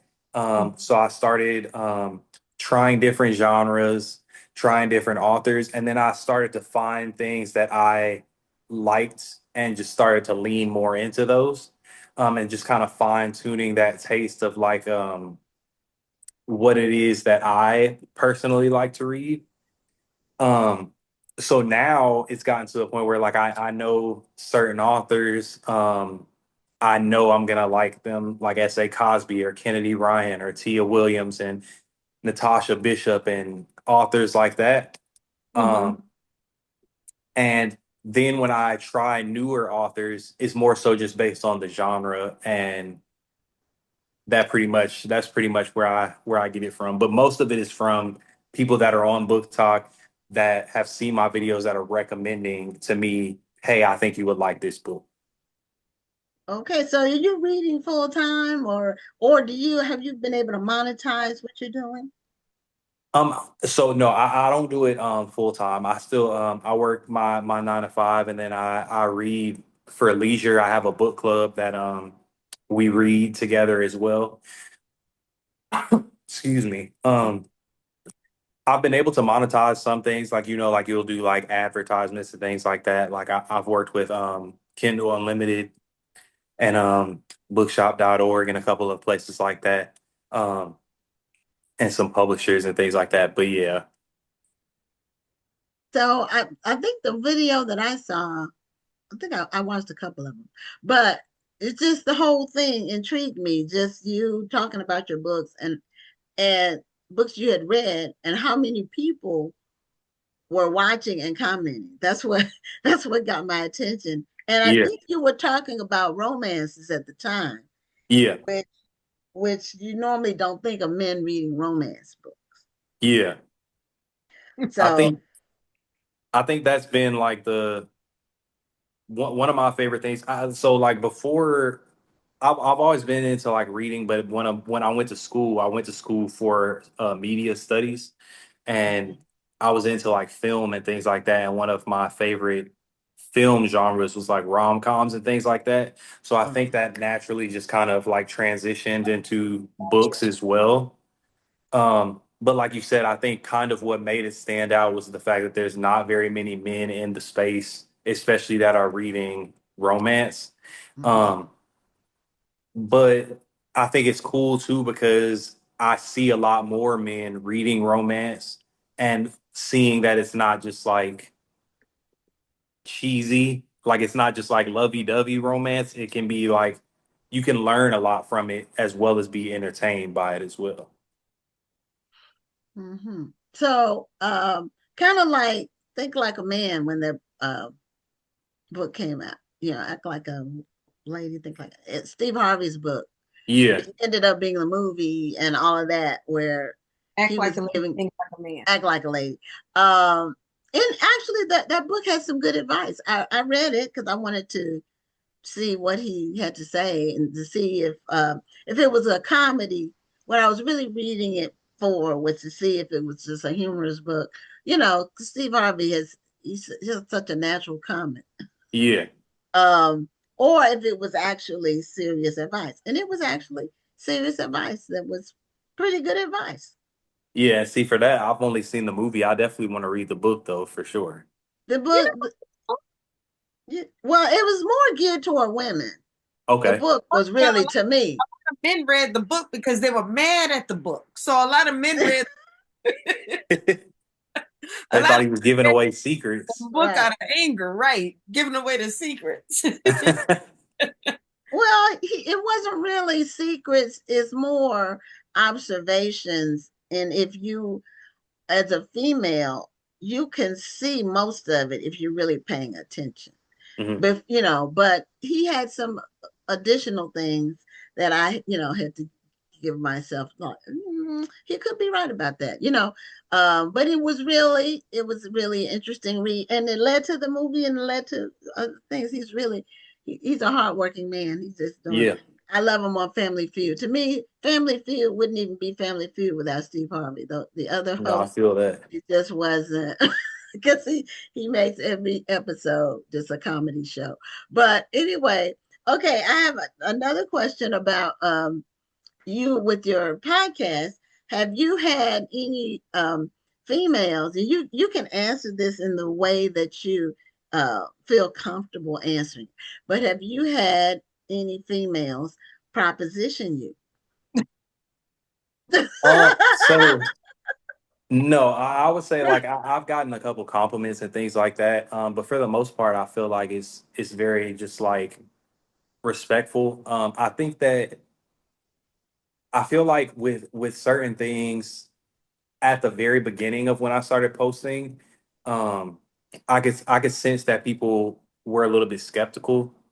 And Okay. I think that like when it starts off, I think that it's natural, like you said, like this space is overwhelmingly it's women, it's dominated by women, Mhm. and I think that it's natural that the women in that space would be skeptical of a man coming into that space and trying to see, is he here for books or is he here to bait women, like um so I think that at the very beginning it was more so like that. Um, but now I think it's just kind of like grown into a thing like, okay, like this is what he's here for. I've gotten a couple compliments like here and there, but other than that, it's really just been like a hey, what are you interested in as far as like reading? And I've been able to have a lot of like good conversations with people. Um, and that's been really like the most fun part of it, is just like getting to meet so many people and hear different perspectives and be able to talk to so many different women about their perspectives on books. Be able to discuss how I felt about it as a man reading the same books as them. Now, do you get because there are a lot of newer authors or maybe lesser known authors because and I've been to your Instagram and TikTok, and there are, the Kennedy Ryans, the S.A. Cosby's, like you mentioned earlier, some of the more well-known authors. So Mhm. then you'll have maybe some first-time authors or newer authors who are like, I would love to be able to get on this platform. This would help me out, but they may be intimidated. Like, well, I don't know if these book talkers are reading a newer book because I never see them promoting a newer author. So how Yeah, do I get on that person's radar? yeah. Um, so I like, all right. So personally, like I know a lot of like book talk creators that do like highlight a lot of indie authors, and like a lot of up and coming authors. I do my best to highlight indie authors and up and coming authors. I think the best way, honestly, is to just email me. I think a lot of times people send, because we're on social media, they send like a message on social media. Mhm. Um, which is fine. It's just it's harder to find the messages sometimes because if a lot of people are messaging, then it gets kind of lost. Well, Um, I'll tell you that, and I don't have as many. I'm like right behind you, but yeah, sometimes people will message me, and I won't see that message until months later. yeah. So it's like some of them, Yes. like it can get overwhelming, but like I think that for the most part, like if people email me, I do my best to respond and just let people know, like I think I want any author to feel comfortable reaching out and just saying like, hey, like can I read your book? Oh, well, can you read my book? Um, Other than that, what I read is just based on how I feel at that moment. Like if I'm in the mode, if I'm in the mood for romance, then I want to read romance. If I don't feel like reading that, and like if you reach out with a romance book, but I'm not in the mood to read a romance book, then I'll put that book on my TBR because eventually I'll want to come back to romance. Mhm. But I might not be in the mood to read that right then. But definitely I feel like one of the most important um aspects of creating a page, like as it began to grow, I definitely wanted it to be a platform where indie authors and authors just in general could leverage those numbers and say, well, look, I might not have a major publisher behind me, but it's kind of like a case study where they can say this video with my book got this amount of views, this type of interaction, so that they can leverage that to move forward in their career. Right, right, right. So, you mentioned a book club that you're in. Yeah. Is it an all male book club or is it a theme based book club? What do you all read in the book club? So it's my book club. It's called the E-Readers. We run it through Discord, so it's digitally. And right now, we have like 30 or 40 people that are in there. Um, and there are some guys, mostly women, but we just transitioned to basically like I'll pick a book. So right now we're reading The Alchemist to start off the year. And then each month we do a guided discussion basically on the book that we're reading. And then I also do like a kind of like once a month we do like a raffle. So somebody wins a free book. And then we just kind of like we have like a daily check-in that we do via Discord. So it's been nice. It's been nice, yeah. But it's not just for women or just for men. It's just anybody that loves to read. And I think this year I've just been wanting to make sure that the books that we choose, I want people to feel like they understand more of me and understand more of why I choose certain books for us to read. Okay, so you pick the books? Now, yeah, last year we did voting, like we would vote, but it became very taxing. And then this year we kind of transitioned into like, okay, like I'm gonna choose the book so that I can also do better about guiding the conversation when we have the discussions and things like that. Okay, Okay. so it wasn't Well, because they were choosing whack books and you just got tired of those books.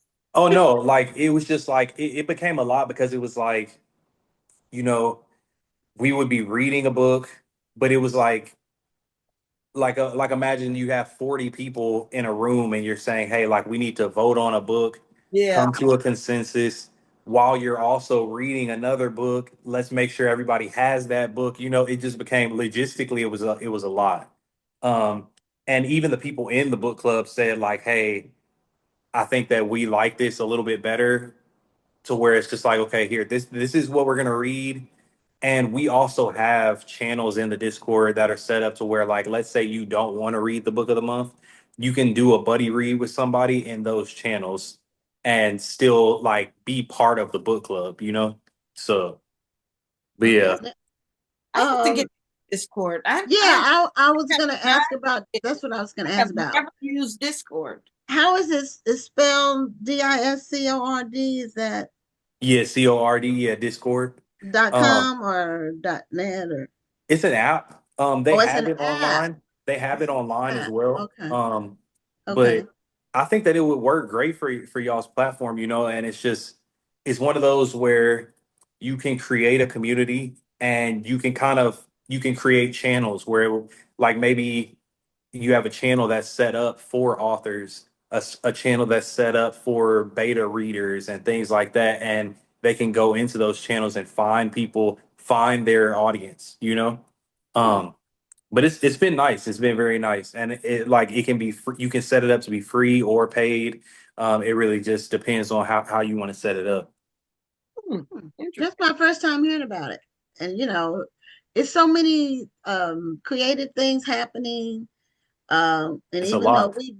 we've been doing this for 5 years, 5.5 now, Congrats. it's always, and we've had over 800 guests, and we're now Mhm. like I think we're right at 830 somewhere in there.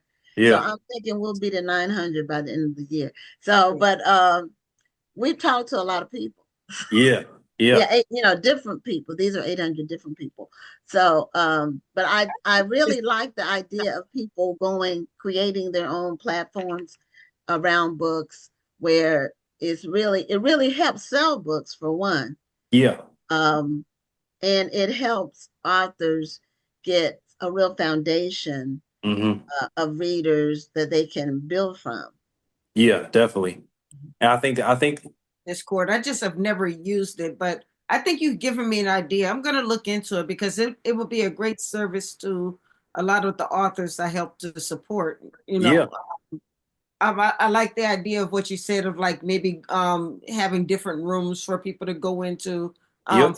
for beta readers, or if you're looking for a new book. Yeah, I like where you're going with this. I'm gonna look into this. Yeah, and Yeah, if you have any I questions, feel free to like reach out to me. I can send you an invite to my Discord so that you can see kind of like how it was like set up and you can go from there. But like it's it's been very helpful, and I think one of the beautiful things about the book space is that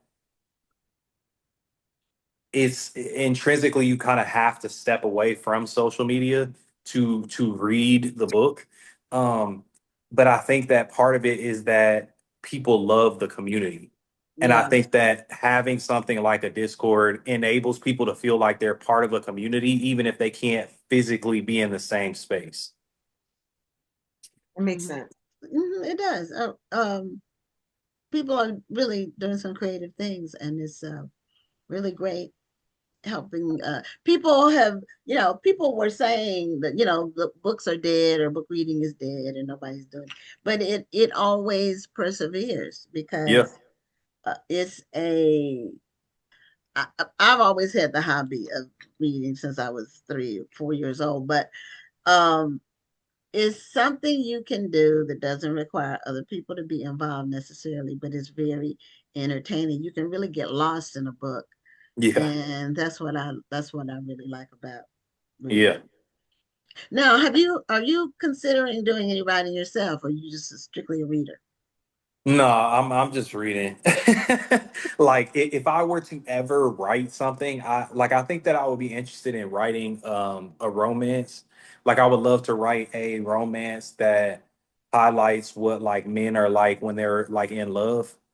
But like do I have like any plan to actually write it? No. Like I'd be more than willing, like I would love for an author to just be like, hey, like to give somebody an idea and be like, you write it, I'll just enjoy reading it. Like I'm okay with that. Okay. No, Yeah. So what? Go ahead, Rhonda. I was just saying, I love that. I mean, you just want to be a reader and enjoy reading. I think sometimes we keep wanting to make our hobbies a gig instead of just keeping it a hobby or something that we love. And Yeah. you found something that you love and you just want to keep it something that you love. I love Yeah. that. For Yeah, sure. For sure. but I think your diligence around what you're doing is really great in terms of you really turned it into in a short period of time. Because I was thinking you'd maybe been doing it for 3 or 4 years, but you're saying just a year, you've been able to create. I guess the word of mouth really travels Yeah, on and those God, platforms. you know what I'm saying? I feel really blessed to have found this community and like for them to embrace me like that, you know. So it's been a blessing for real. So, And it's all what did you say? I'm saying it's all been organic. You these Yeah, I mean, that's. because you've built your community very quickly. Mhm. Yeah, so like they're everything has been organic. I always say there are things that I feel like are kind of you can't plan for, you know. Um I think that initially you're going to get the attention from being a male in a female dominated space. Um, and then after that, I think that there have been a lot of things that have happened where it was like you might have a viral moment where it's like you see a spike. Um, I don't know if you've heard of Trey read that, but he very early on shouted me out on his page, and that led to a big spike. You have readers like Smitty and Britt and her books who have shouted me out on theirs and things like that, where it's like you can't really account for that. It's just like when it happens, you get like a big influx of people that find your page, you know. Um, but I think that like for me, outside of those things, I think the biggest thing for me was not overthinking it too much. Like I'm a big overthinker and I just wanted to show up, you know, like I wanted to be like, okay, like how can I show up every day and just post and have fun with it? And I think that over time, being consistent with that, eventually people see you so much that they're just like, let me just follow this guy. Like he keeps showing up. Let me just follow him. You know, Yeah. And you post every day, or how often do you post? You go I twice try a to post every 2 to 3 days now. At the beginning, I was posting every day, um, but that was also because I was posting every day because I was super lonely. So I was just kind of like, I'm gonna post to keep my mind busy. Now I've slowed down to a more sustainable posting schedule. But then I'll go live 3 times a week and things like that. So but yeah, I enjoy it. I enjoy the creation process. Um, but I think that a big part of it is like you said, prior to this, like when I was younger, I did music and I loved creating music. But when it became too much of a business, it took that joy from Yeah. it, you Yeah. know? And I think that the beautiful thing about content creation is you don't have to monetize if you don't want to. You can just create and build the community and things like that. And you can kind of pick and choose when you want to monetize. And that's what I love about it. Yeah, a lot of stuff that's monetized is built around clickbait. It's Yeah. on some of the stuff is not even true, or if it's a distortion of what happened. Mm. But it's like when you click it and it's not even what they said it was, it just really it pisses me off. So No, I understand. I I don't understand for like sure. people to trick. I don't like to be tricked into anything. Yeah. So that makes me want to unfollow a person if they're constantly, seriously, if Yeah. they're constantly trying to just make me click with false information, then I don't want to follow them because you know, not everything you shouldn't do just anything for money. You know, Yeah. Definitely. but that's kind of where we are.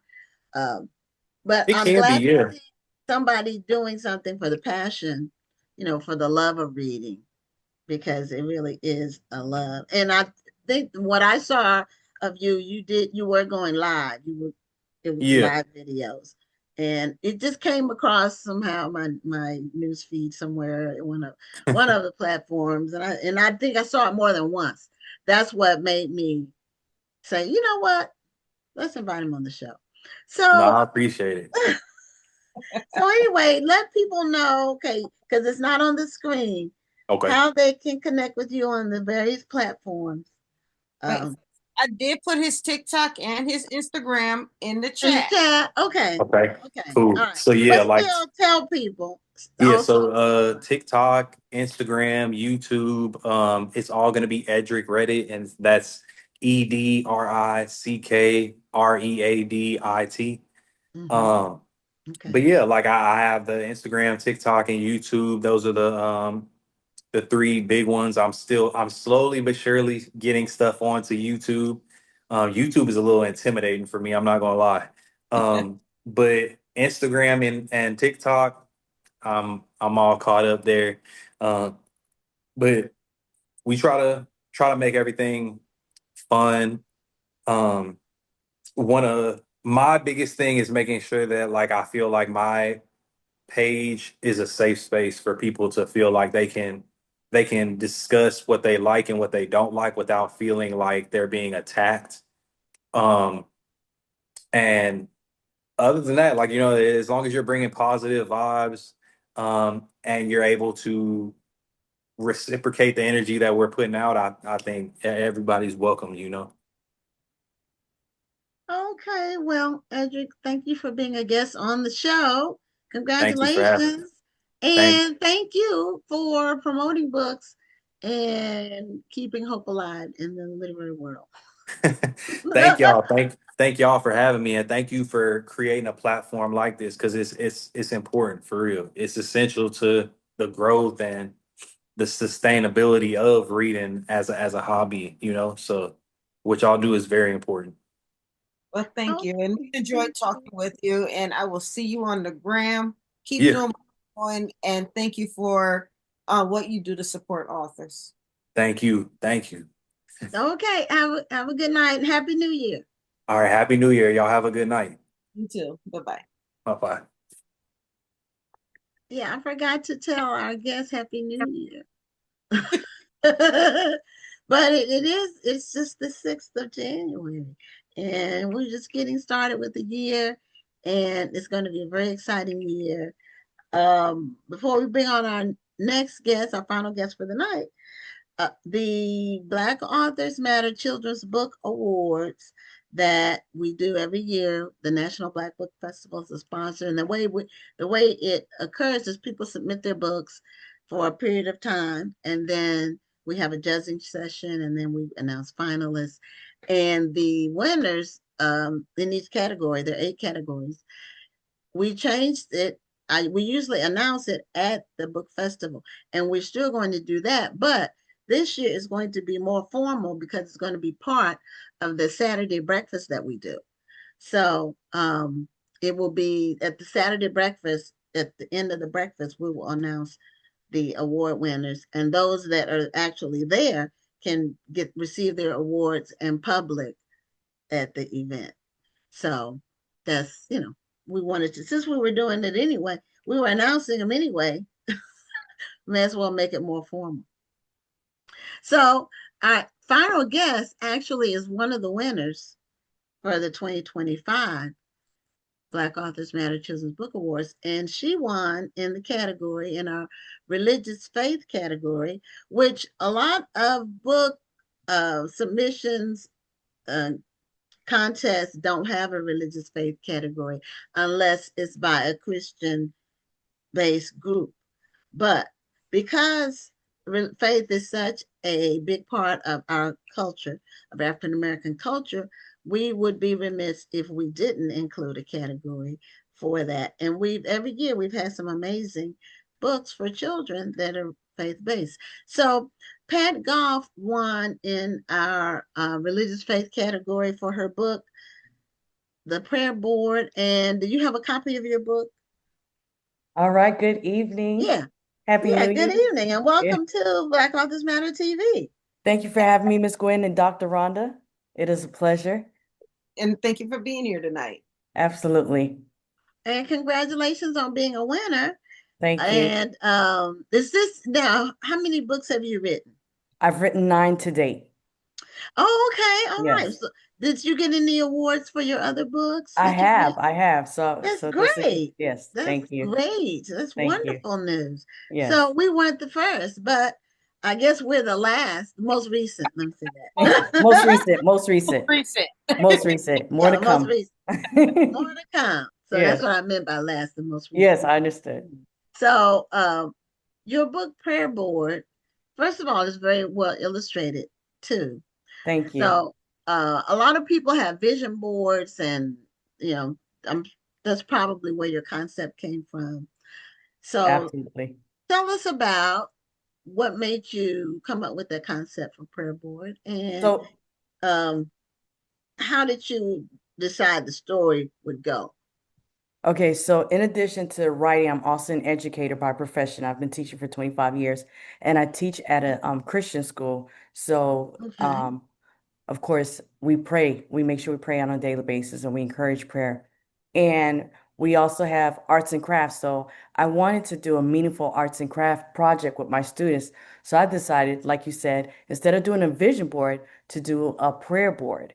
So that's how it all began. I did the prayer board with students. They took it home. The parents loved it. And then they adapted as well. And they put it up in their home. And they said, oh, we love this prayer board. We love how it has us engaged in our prayer life now. So then went on vacation during the summer and came from a cruise with my family. And then it just hit me. Wait a minute. Not only should I just have not only should I have this prayer board, let me turn this into a story. So that's how it evolved from a craft to a story. So You that start. way now it's something that can be seen in different homes and different schools and churches, and it explains what the prayer board is and what the different type of prayers are. You really started something. Do you think that maybe you'll also do a workbook that goes along with it?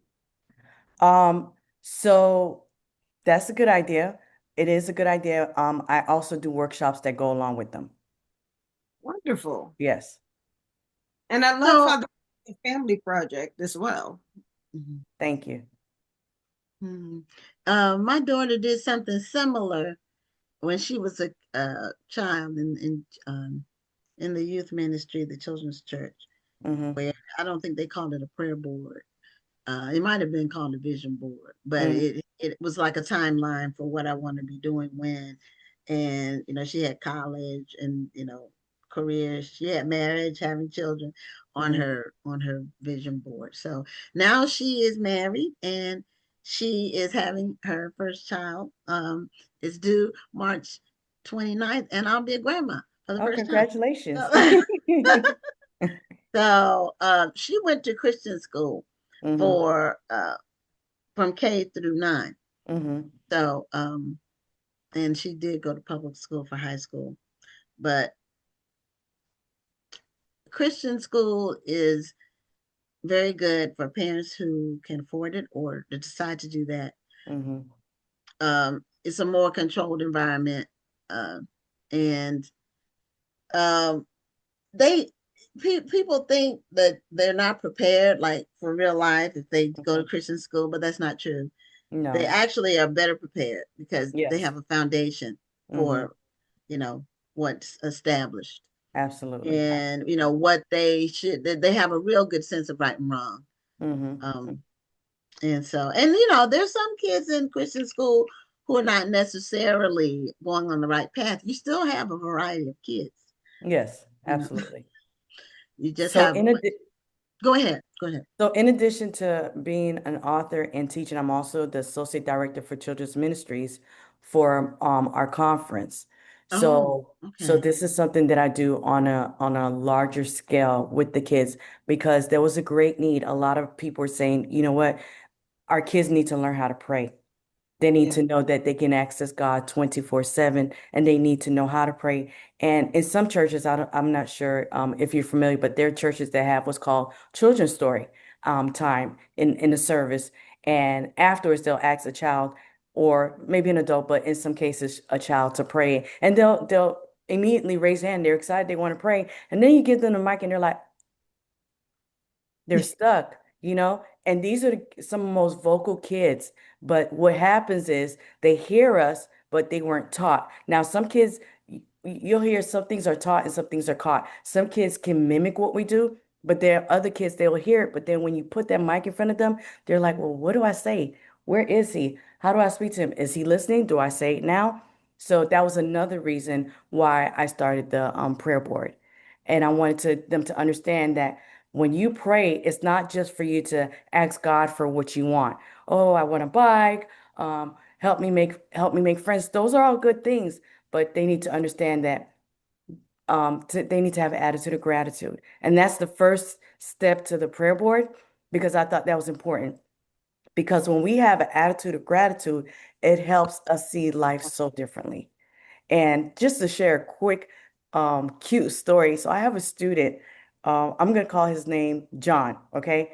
And we were talking about gratitude in the classroom. So what I did for each section of the prayer board, every day for 2 weeks, I took 5 minutes to talk about what each prayer meant for 2 weeks. So we talked about gratitude for 2 weeks. We talked about dedication for 2 weeks, confession, and supplication.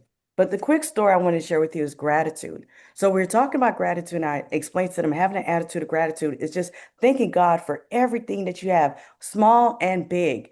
And when you start thanking God for all the good things, you'll just be amazed just how blessed you are. So it was raining one day, and the kid's like, "Oh, our recess got cut short." I said, "But hey, listen, you got 10 minutes. That class got no minutes." Oh, yeah. I'm hungry. But you had something to eat. There's kids that didn't have anything to eat. Things like that. And I would ask them, what are some things you could be thankful for? The fact that there are kids that can't go out in the sun because they're allergic to the sun, but you can. So we went down this and we did this for about 2 weeks. So one day he was in the vehicle with his mom and she was complaining. She's like, I'm running late, it's raining, and I'm at the red light and I have to get home. And he said, Mom, you need to have an attitude of gratitude because just 2 weeks ago, we didn't have a car. We were walking with groceries and it was raining. She said she turned around so quickly, she didn't know if she wanted to yell at him or hug him. He said, you need to have an attitude of gratitude. We need to give God thanks. And she said, you know what? Thank you for that. So it's the small things that we do with the kids that help them to know who God is. And the fact that he was able to share that with his mom, and his mom was in return able to share it with us. That's a beautiful story because I think we as adults, we know this, but we get so caught up in life that sometimes it takes the innocence of a child to find us and give us perspective. Yes, I agree. Yeah, out of the mouths of babes, or another scripture, and a child shall lead them. Because sometimes Absolutely. I know we were at a church that I wanted to leave, but I just hadn't made a final decision to leave. And I was really staying there because our daughter, in fact, I was pregnant with her when we had joined the church. And so she was 12 at this time. And I really was only there, and my husband had already stopped going. He just couldn't take it anymore. And so, see, I was only really going because I didn't want my child to be sitting at home on Sunday morning. It just was antithetical to everything I believe in, as a PK especially.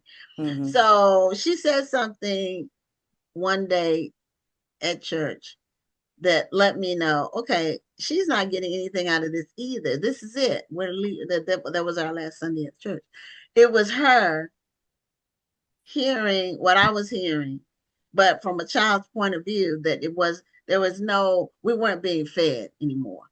So she got it, and then we were gone. That was the last Sunday we were at the church. Sometimes they pick up on things because, like Rhonda said, we get so busy. Life is life, and we get caught up. We can't really. It's some simple things that we miss that children can pick up on. And another thing I wanted to touch on that you said earlier, when it comes to kids in prayer, I grew up in church, and I remember wondering how to pray because I only heard the adults pray. And when adults got up and prayed, they prayed like sermons. Their prayers were like, sounded like mini sermons, and their Mm-hmm. prayers sounded eloquent.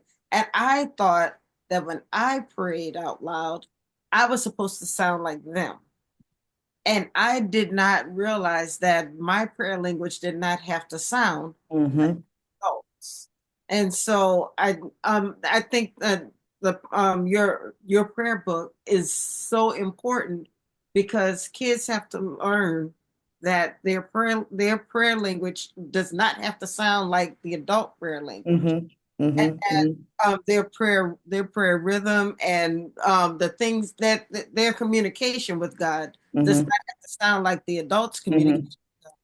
And now, as an adult, sometimes I hear folks in church like, "All right, your prayer does not have. You're not even praying anymore." Not, I hear it with different language. I hear Mm-hmm. Mm-hmm. it now. I'm like, "All right, you can sit down. You've been up there 20 minutes giving a mini sermon and calling it a prayer. You can Mm-hmm. sit down now." Yes. I'm glad you touched on that, Dr. Rhonda. So, in doing that with the students, so we have what's called popcorn prayer because some kids, it's hard for them to give a sentence. So I would say, okay, at this time, we're gonna have a popcorn prayer for gratitude. So instead of giving me two sentences, three sentences, give me a word. What are you grateful for? Love, sacrifice, parents, food, shelter, and they just pop, pop, pop, pop. And then by the time we get to the second week, they're giving me sentences because they realize, hey, you know what? I got so much to be thankful for. I can form two or three sentences and pray and give God the praise for all the things that He's done for me. So that's a strategy that's used to help them to start being more comfortable praying. Yes. Hmm. Now, So what the are some next, of your other books about? Were you getting ready to talk about your next book? oh, I was going to go to the next part in the Oh, book. oh, okay. Yes. Okay. So I have dedication. So in with this part for prayer, we let them know that they can dedicate their lives to God. They can dedicate their talents to God because He wants what's best for them. And He's our creator. And of course, because He's our creator, He says that He wants us to have life and life more abundantly. When we dedicate our lives to Him, He guides us. He gives us the paths that He wants us to take. So that's something that's taught also. So in prayer, they say, Lord, I dedicate my life to you. I dedicate my heart to you. I dedicate my talent, whatever your talent is, whatever your talent is. And something, well, I don't know what my talent is. So well, pray about it. Say, Lord, reveal it to me. And then the next type of prayer we talk about is confession, confessing our sins. Okay. We don't need to tell a friend. We don't need to tell anyone. Just that's something between you and God. So, and for this part of the book, I showed them where they could write it with invisible ink because that's something private between them and God and ask God for forgiveness. And the last part that we talked about was supplication, praying for others, praying for others. And it was amazing because we had a student whose mom had a serious car accident, and the students got wind of it. And they said, we need to stop. We need a prayer of supplication. And it's at those moments when you realize, you know what you're doing matters. And the kids are catching on because they say, you know what? We need to pray for our classmate. We need to pray for their parents. When there's any kind of tragic event that's going on, they'll say, hey, you know what? Did you hear about the hurricane? Did you hear about the earthquake? Let's pray for those people because we told them prayer supplication doesn't necessarily mean pray for your mom, pray for your dad. You could pray for strangers as well. So it was something that they really grasped to, and I was very happy about that. That's beautiful. Yeah, Now, thank you. what are some of your other books that you've written? Okay, so my very Ah, first book was entitled I Am Not an Octopus. okay. And and basically when I first started writing the story, well, thinking of the story, it was years ago. I wrote it maybe 7 years later, but the first time I told it to my students, I told it from a teacher's perspective because we were learning about different types of animals in the classroom, and octopus was one of them. And one of the students, like at the time, my maiden name was Marty. They're like, Miss Marty, Miss Marty. I was like, listen, we just talked about the octopus. I am not an octopus. And I was like, oh, I like that. So so then the student's like, remember, she's not an octopus. So then I created a story where the teacher tells the students that they're not an octopus. But then I got married and had kids. So then Right. I was able to relate to on a whole different another level. I'm like, listen, y'all, I'm mom. I'm not an octopus. And in that story, it talked about it taught a valuable lesson that we shouldn't take the people that we love and that cares for us for granted. So the mother's here doing everything for the whole family, and everybody's expecting her to do this, cook breakfast, and they walk away. They don't wash the dishes. They don't put anything up. She's ironing, she's doing homework, and everybody's just taking and taking and taking and taking from her to the point where she's like, you know what? I'm gone. So she does a disappearing act when she just goes next door. They get away and she leaves a note, and it's the cutest note, and it says, you know what? You need a new woman in this house, a woman that could do a million things at a time. And at the time, it took that for the family to realize, oh wow, we've been taking mom for granted. We see our parents do so much, and we just think, oh, she's Superwoman, he's Superman. No, sometimes say, you know what? Sit down, mom. I got you. I'll wash the dishes. I'll cook. A matter of fact, let me take you out to eat. So at the end, they find her, of course, and she comes home, and they explain to her, they say, you know what? We're gonna be those extra hands. So you can keep your hands to do the extra stuff that you love for us, and we will also be your help as well. So in that Okay. book, the value is to always lend a helping hand and never take advantage for those who love and care for you. Okay, I like that. Yes, yes. Mm-hmm, Mhm. mm-hmm. And So are then, all of your books children's books? so funny you've asked that. So, the majority of my books are for kids K through fifth grade. That's my picture books. But then I did write a chapter book entitled "You Can Still Dream," and that chapter book is for middle and high school students. And this year, not only did I write prayer board, I co-authored with a pastor by the name Dr. Rupert Bushner, and we wrote a book entitled "It's Still Relevant: God's Plan for Us, His Love, our obedience to Him." So that was something that we wrote together, and that took me out of my comfort zone because it was longer and more, and we had to explain a lot more, and that came with a workbook. Okay. Yes. All So right. I've had the opportunity to write books for children as well as adults. Hmm. Okay. And so, do you have your next book in the can, or you have it on your laptop somewhere where you started it? You got an idea of what it's going to be? Yes, yes, it's here. It's here. It's Okay. coming. It's coming. Okay. Yes. But I Okay. wanted to touch base on You Could Still Dream, the middle school and high school book that I wrote. And Okay. basically, it's just letting kids know, or people in general know, that it doesn't matter what your background is. It doesn't matter where you're from. It doesn't matter how you start. You could still dream. Okay. And I've often shared my background with people. My parents migrated here in the 70s from Haiti, and this was a culture shock for them. They didn't have they had a language barrier, they didn't have the finances. And I growing up, I used to see other parents, and I used to see other kids, and not to put down my family, but I wondered, how did they get there? I would always ask questions. How did they get there? And then I would start writing things down, and praise God for mentors and educators, because I had a lot of people that poured into me. And I would say, you know what, I want to be a teacher, I want to go to college. How are you going to do that? I would hear some people that say that, look at where you come from, where are you going to get the money, how are you going to be able to get a higher education? But there was something in the back of my mind, the way God wired me, the way he put in my DNA, where I had this can-do attitude. I can do all things through Christ who give me strength. So I, in return, wrote this book to let kids know it doesn't matter what the circumstances are. You can still dream. It doesn't matter what comes your way. You can still dream. Now you may have some things that set you back, but no matter what, just go back and keep going. Like, I had a friend that was struggling trying to finish school. I was like, listen, take one class at a time. Eventually you're finished. And guess what? She finished. So everybody's story is different. Everybody's life is different. So you have to decide what works best for you, and just keep your eyes on the prize. You can still dream. So that's one of my books that hits home for me. And kids. Say it again. That's a great message for adults and And kids. kids, Yeah, I exactly. was gonna say some grown people need to hear that message. Yes, yes, absolutely. Because sometimes people can they have some setbacks, and then Hmm. get defined by the setbacks, Mm-hmm. and then they get discouraged. Mm-hmm. Mm-hmm. And Absolutely. their Absolutely. dream ability gets diminished. Mm-hmm. Mm-hmm. So, but you have to. Tomorrow is always another day, Absolutely. and you can always every mistake. Just about. I mean, Mm-hmm. there's some mistakes that are somewhat, I won't say fatal, but you know, if you kill someone, that's difficult unless Mm-hmm. it's self-defense. It's Mm-hmm. hard to come back from that. Mm-hmm. But just about everything else, you can come back. You I can, agree with that, Ms. Gwen. Definitely, wholeheartedly. Absolutely.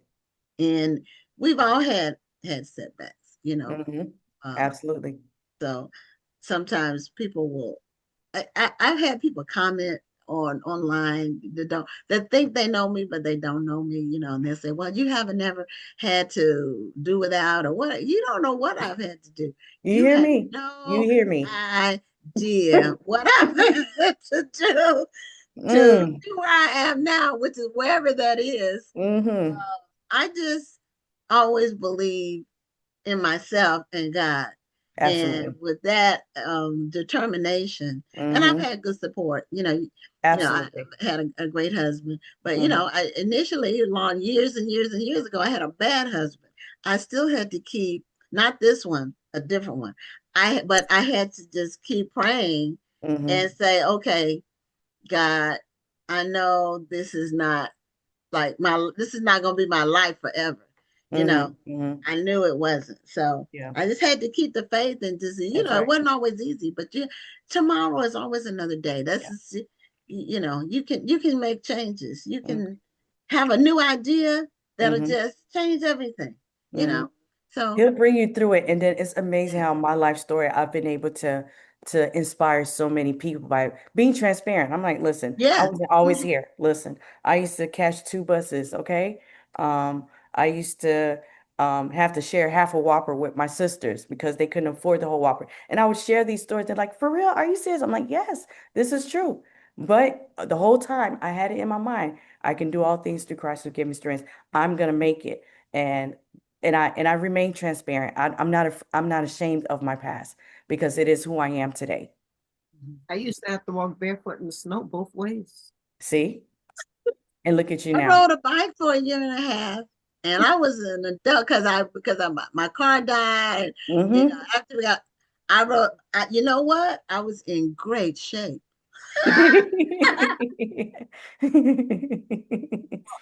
I See, you said had an attitude of gratitude. yes. I said that in jest, but no, but you're right. We've all had struggles. We've all made mistakes. We've all had to do some things that we may not have been particularly proud of, but we've made it through. Yeah, We've made it.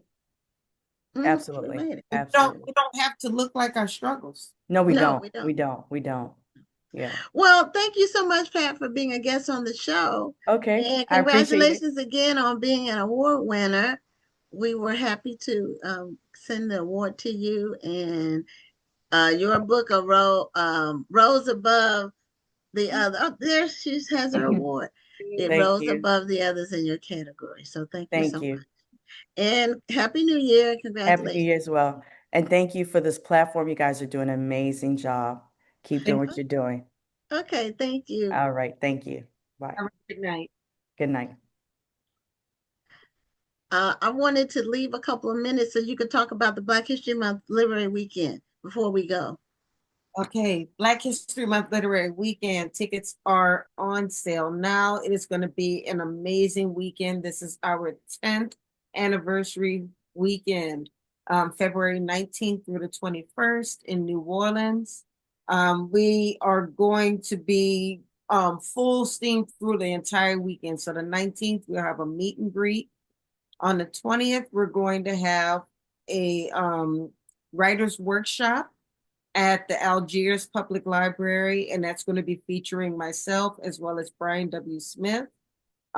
All 14 of our featured authors are going to be there, heading up breakout sessions throughout the workshop.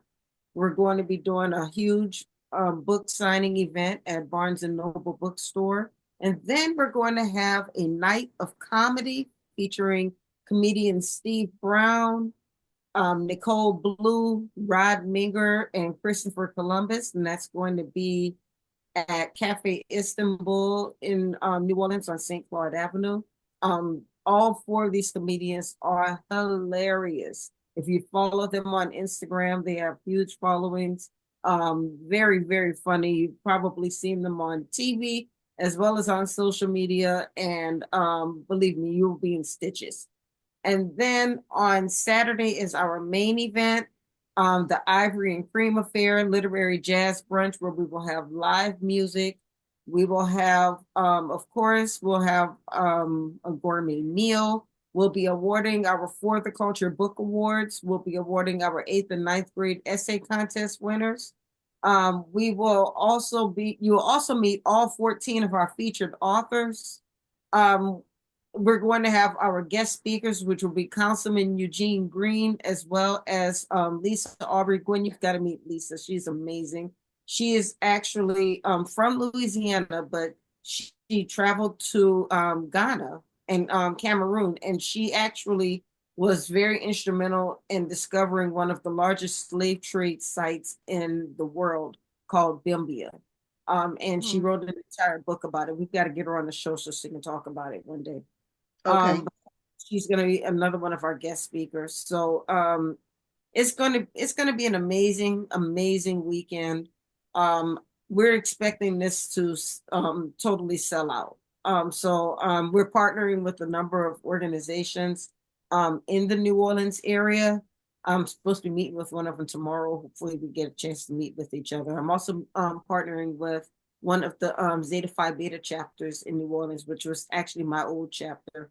And we'll be donating some money to their scholarship fund while we're there. So like I said, this is an amazing weekend. This is one of the few Black History Month weekends that is totally dedicated to promoting literacy. So if you are in the New Orleans area, you definitely want to be a part of it. And if you follow me on any of my social media platforms, you can see the flyers. The flyers are absolutely beautiful. And I don't even know if I'm giving justice to the event by talking about it, but you've got to see the promotional material. It's absolutely beautiful. And I would love to see all of you there. Book clubs, if you are a mentor, because we do have you heard me mention an essay contest, and that contest is still open. So if you have kids in the New Orleans area in the 8th or 9th grade, they can participate in this contest as well. The winners in each grade will get $300 each. So we're giving away a lot of money. This is going to be something. Well, Rhonda will tell us more about it as we get a little bit closer. I do plan to be there, I may only be able to be there for the cream and wine and cream or whatever, Ivory and White or whatever it's called, but I will be there. So anyway, we are at the end of our time. We're at the end of the show. Thank you all for tuning in, and we will see you next week on another amazing episode of Black Authors Matter TV. I'm Gwen Richardson signing off. And I'm Dr. Rhonda Lawson. Have a wonderful evening and a great week. Thank you for tuning in, and join us next Tuesday at 7 p.m. Central, 8 p.m. Eastern for another edition of Black Authors Matter TV.